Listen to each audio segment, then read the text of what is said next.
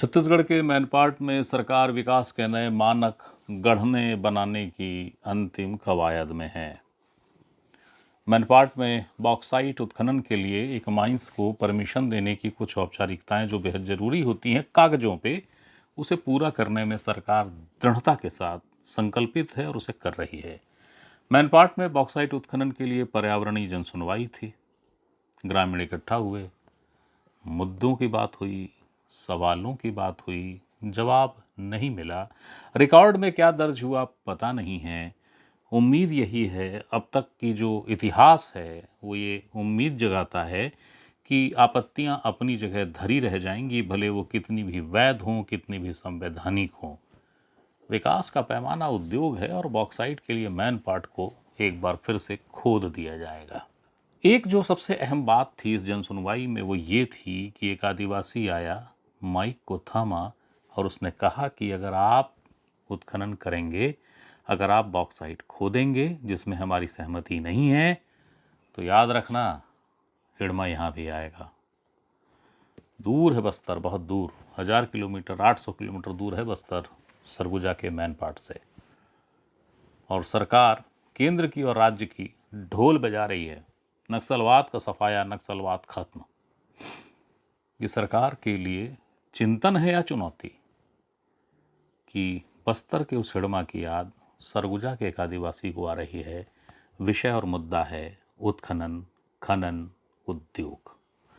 क्या पूरा मसला है, क्या पूरी कहानी है, बताने आपके सामने हाजिर हुआ हूं। नमस्ते, मेरा नाम है याज्ञवल्क। छत्तीसगढ़ के मैप को आप देखेंगे ना, तो उस मैप में एक जगह है, जगह का नाम है मैनपाट। छत्तीसगढ़ के ही टूरिज्म के नक्शे को देखेंगे तो उसमें बहुत जोर से एक ठो भोपू बजता है, पट्टी भी लिखी आती है, छत्तीसगढ़ का शिमला मैनपाट। उसी मैनपाट में बॉक्साइट के लिए खदान खुल जाए, उद्योग लग जाए, इसके लिए साय सरकार, आपकी अपनी मेरी सुशासन सरकार दृढ़ संकल्पित है और पुरजोर जुटी हुई है।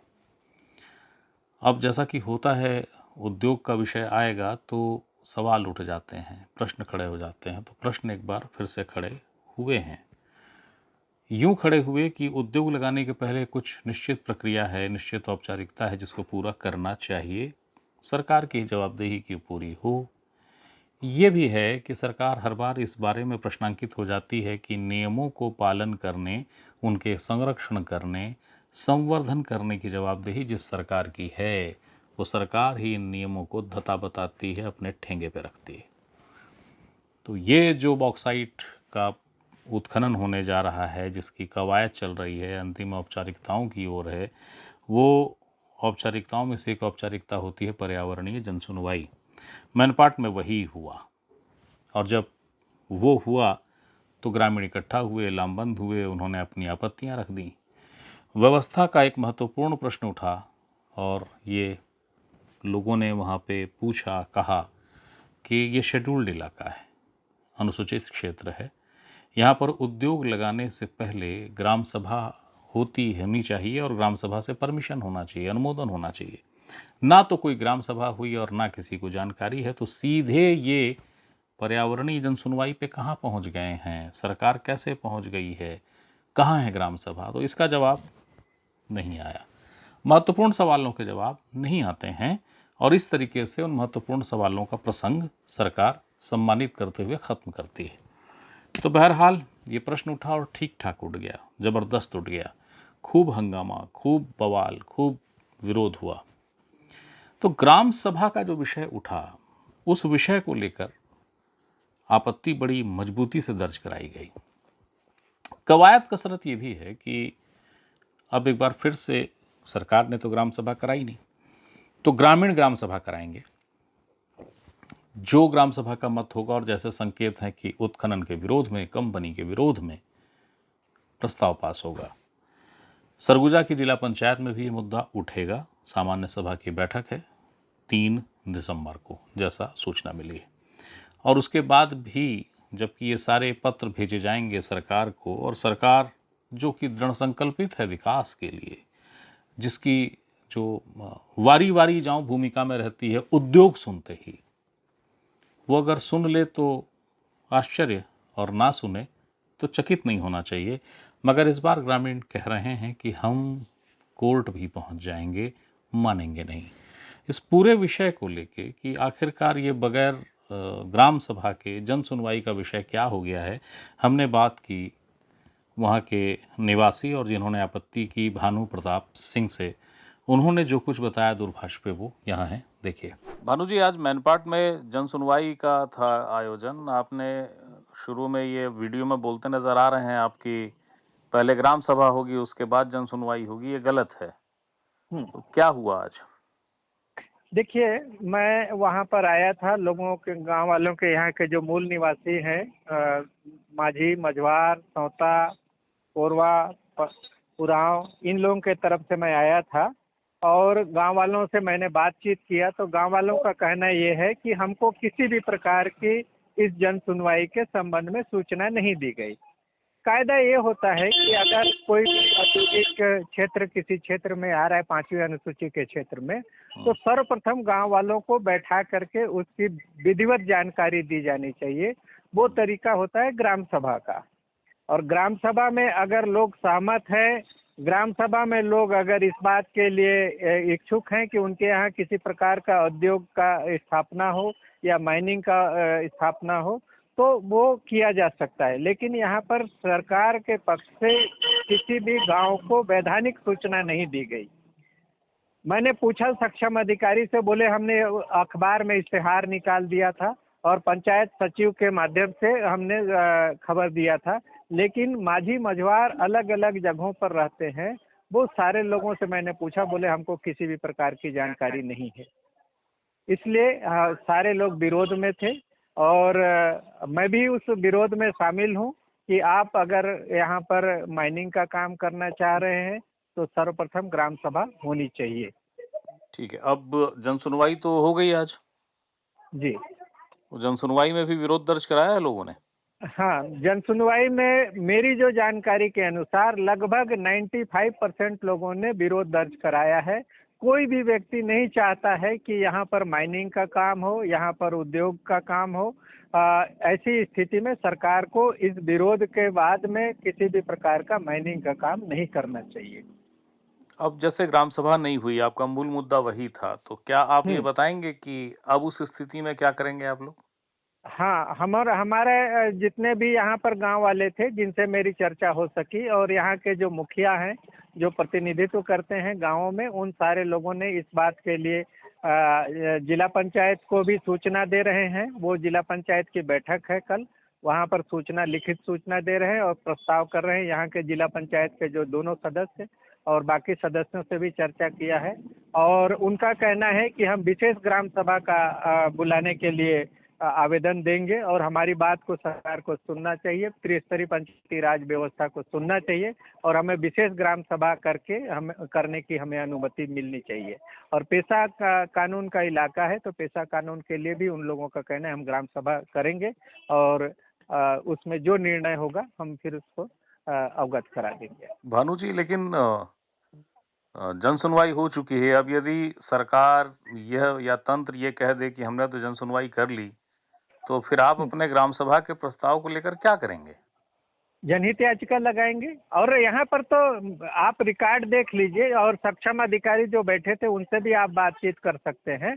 उसमें मेरी जानकारी में 95% लोगों ने विरोध दर्ज कराया है। तो ऐसे विरोध के बाद अगर सरकार एक पक्षी काम करेगा, 5% लोगों के कहने पे यहाँ पर माइनिंग का काम होगा।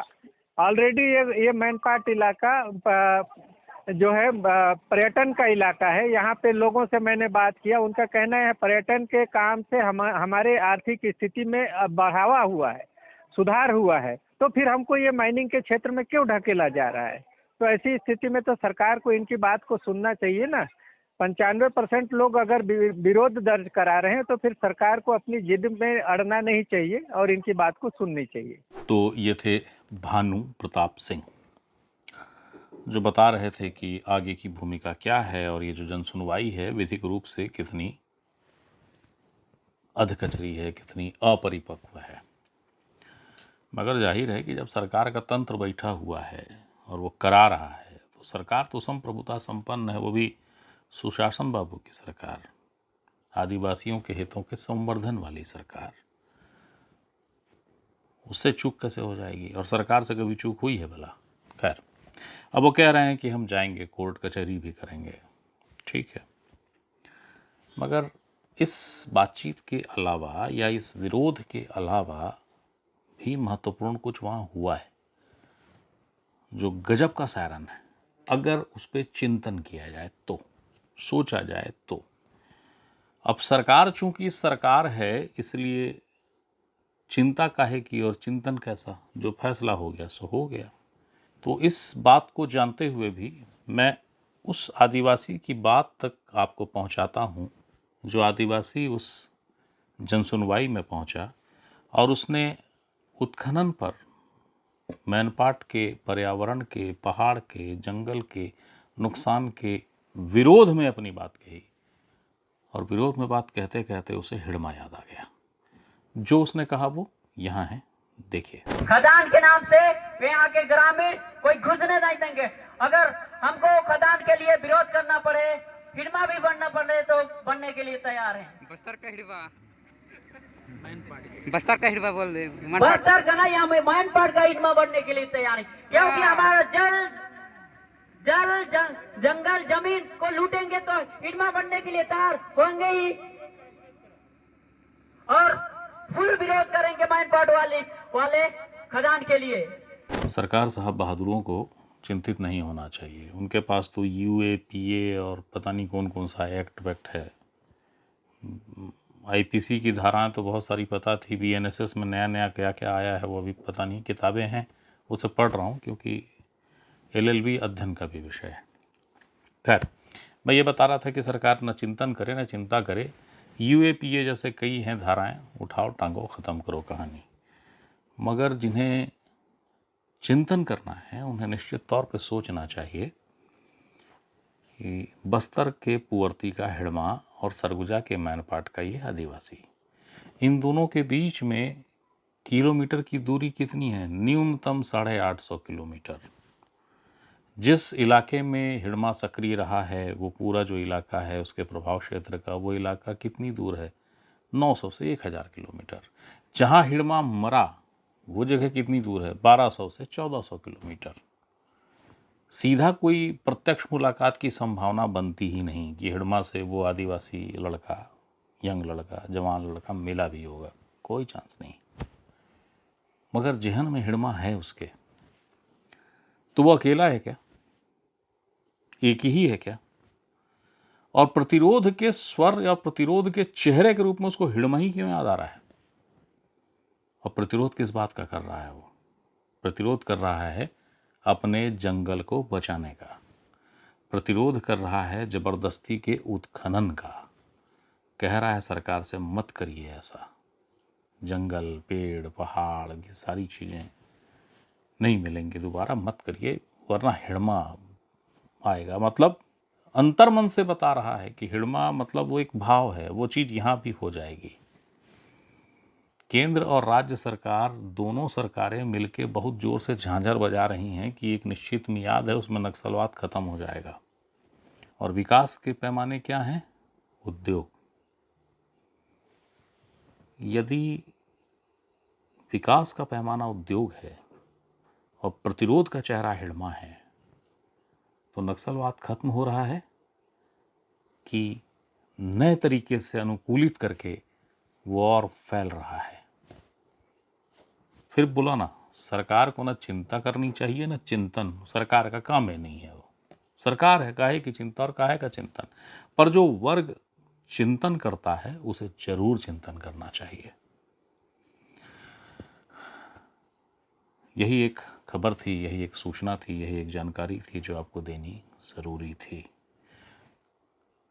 मैनपाट को लेकर ये हमेशा याद रखिएगा कि मैनपाट किसी दौर में वो पहाड़ था जिस पहाड़ में मई जून में जब पूरा देश तपता था, गर्मी से परेशान होता था, तब वहाँ पर रजाई ओढ़नी पड़ती थी, ऐसी ठंड थी। अभी जो बॉक्साइट के लिए कसरत कवायद हो रही है, उसके पहले उस पहाड़ी पर बॉक्साइट खनन हो चुका है, पहाड़ खत्म हो चुके हैं, घने जंगल अब नहीं बचे हैं, कल कल करते 12 मासी झरने सूखने लगे हैं, लील गया उद्योग उनको। कुछ नहीं बचा है। वो ठंड, वो तासीर मैनपाट की, जिसने तिब्बतियों को वहाँ बसा दिया और तिब्बतियों ने मोहब्बत से उस धरती को आत्मसात किया, क्योंकि उन्हें तिब्बत की ठंड वहाँ महसूस होती थी, वही बिल्कुल पर्यावरण।